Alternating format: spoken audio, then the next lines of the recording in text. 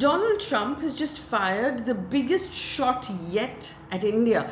Starting the 1st of August, which is tomorrow, the US will slap a 25% tariff on any product that is manufactured in India and imported into the US. It could hit billions of dollars in trade and strain a very important global partnership between the US and India. What is really going on now? On the surface of it, Trump says this is about unfair trade practices, but let's scratch a little deeper. Is it about bruised egos? Is it about Russia? Is it about Pakistan? Or is it just Trump's unconventional negotiating style? What is really going on? That's what we're going to look at in this video. So remember, like, share, subscribe, and also sign up for our memberships and support us financially. Let's begin by taking a look at how we got to this point. Now, a quick recap. Remember, in April, Trump first announced his high reciprocal tariffs. We've done separate videos on this. India was on the list. Immediately after that, after causing chaos in the world, crashing stock markets all across the world, he softened the blow. He put off the tariffs for 90 days until the 9th of July. Then again, on the 1st of August, he pushed it again until the 1st of August. But why? Washington was in the middle of negotiating bilateral trade deals all over the world, including with India. In May, by May, starting from April until May, Trump sounded a lot friendlier to India. He started calling India a friend. He hinted at progress on the talks. He said, we're discussing, we've got trade deals in the works, it's going to be fantastic. This was typical of Trump, right? To swing from confrontation to conciliation and keep the other side, keep everybody guessing actually for some point. Now, in the meantime, while all of this was going on, remember, Donald Trump also repeatedly claimed credit for brokering India-Pakistan ceasefire. According to the Times of India, Trump has actually claimed to have brokered that ceasefire 25 times in the last 73 days. Now, he first made the claim on the 10th of May, shortly after India's Operation Sindoor. And he said, if you take a look at what we did with Pakistan and India, we settled the whole thing through trade. And that's a really important thing. That's why I'm bringing it up here. Since then, he's repeated the same narrative multiple times in public speeches on his platform in Truth Social. In one instance, he actually said he prevented a nuclear war between the two countries. And he regularly repeated the fact that he's used trade as sort of a incentive or a carrot to get both of the countries to agree to what he wanted. Meanwhile, Indian officials have while they've not come out and said that Trump is lying in so many words, they have repeatedly said that we've had no third-party mediation. And that's India's stand, has always been India's stand. No third-party mediation. They've emphasized that the ceasefire talks were bilateral, remember, between DGMO to DGMO, so Director General of Military Operations, our side and their side.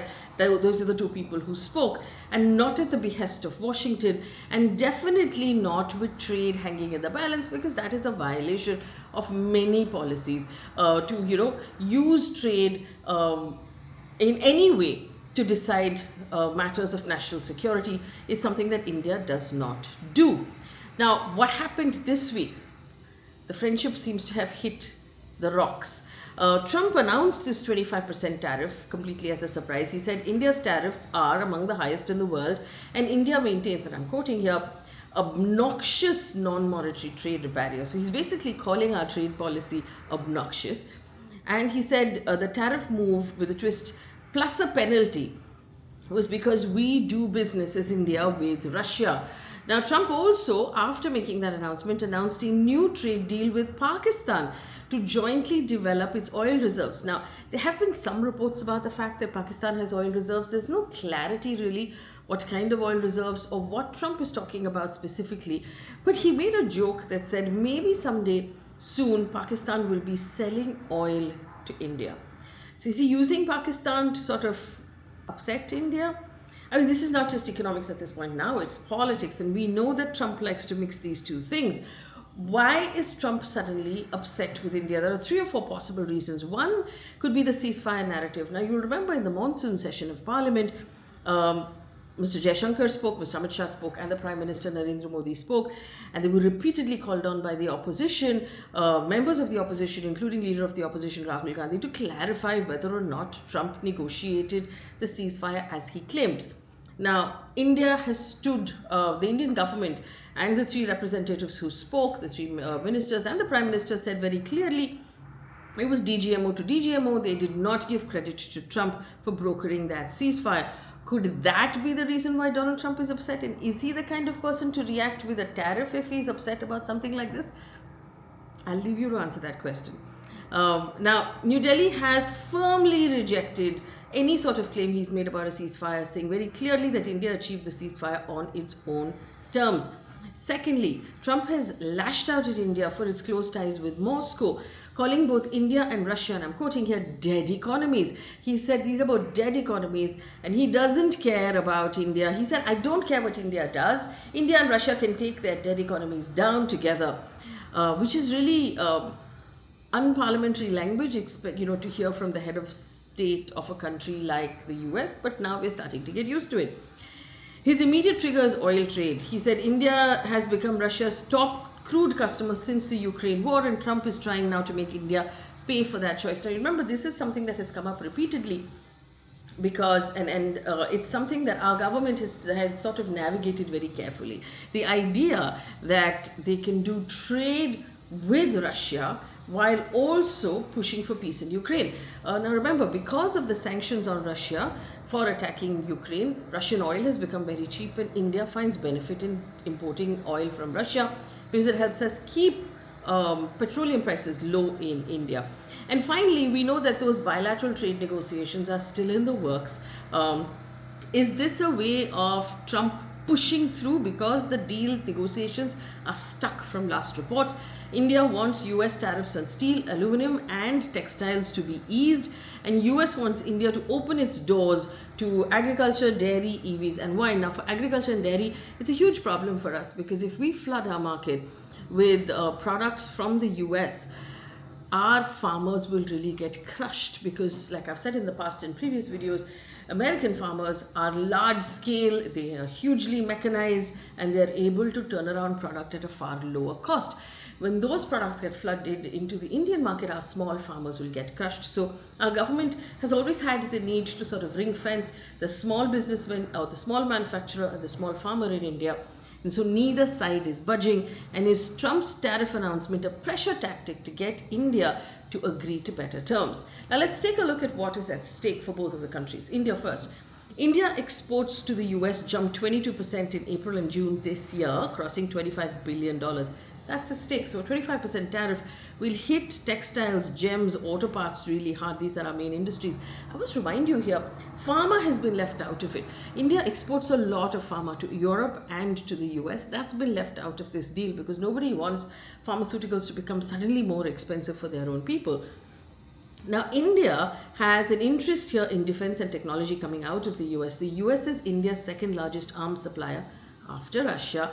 And since 2018, India has signed defense deals worth nearly $20 billion with the US, including fighter jet engines, drones, helicopters, surveillance techs. This is also India's way of shifting away from Russia to some extent. 36% of India's imports are now Russian. US and European suppliers are filling that gap. Without the US, India risks falling behind on cutting-edge technology like drones, missile defense, and AI warfare. This is something that we're interested in. Plus, the US is India's single biggest export destination, especially for IT services, textiles, gems, like I said, pharma, and machinery, of which pharma is out of that picture. US is among India's top 5 investors. Apple, Google, Amazon, Microsoft, Tesla have all expanded in India, and of course 4 million Indians work in the ITES sector, for which 60% of the clients come from the US. And of course, the strategic geopolitical balance between the two countries is important to us. India has a large diaspora, about 4.8 million Indian Americans who live overseas right now in the US, 300,000 students who are studying in the US. So this is a relationship with the US India will like to protect or will like to take care of. Now let's take a look, it's not one-sided. Let's take a look at why India is important to the US and why Trump should perhaps be a little more careful with how he's handling the relationship with India. Now, it's a strategic counter to China. This is important. Geopolitically, because of where India is situated on the globe, we become important. India is the only country in Asia with the scale of population, military, geography to counterbalance China in any way. Remember, we're part of the Quad, which is a quadrilateral security dialogue. Japan, Australia, India, and the US that bands together to keep sort of China's assertiveness in check in the neighborhood. India also has the Indian Ocean, and our ability with our Navy has the ability to keep an eye on the ocean and make sure China's expansion in the South China Sea is also to some extent balanced out. We have a huge consumer base of 1.4 billion people. It's an important market for the US for tech, auto, defense, agriculture, and energy companies. We are big bets for companies like Apple, Amazon, Walmart, Microsoft, Google. They all run huge outfits here. It makes India very important to the US. These are all businesses they will want to protect. We are the second biggest arms buyer of the US, and we have a lot of future contracts as well. Also, defense giants like Boeing, Lockheed Martin, GA, for them, India is an indispensable client. So in the future also, as the US wants to diversify its business away from China, so everything from manufacturing to semiconductors to pharma, India is a good neutral alternative, a democrat, it's a democracy. It's a good alternative for all of these businesses to look at. Plus, of course, the very important diaspora that lives in the US. 4.8 million Indian Americans are among the richest, most affluent migrant communities. And so they have the ability right now to decide on politics, to decide where money is going, to decide how decisions are being made in the US as well. So India has become fairly important for the US also. So then what is going on, and why is Trump firing guns in the air? According to the Indian government, at least, has simply said it's studying the implications of this latest announcement, and it will take steps to protect national interest. The opposition has gone after the government, saying that it's being silent on insults from Trump, and it should take a larger, more perhaps conclusive stand.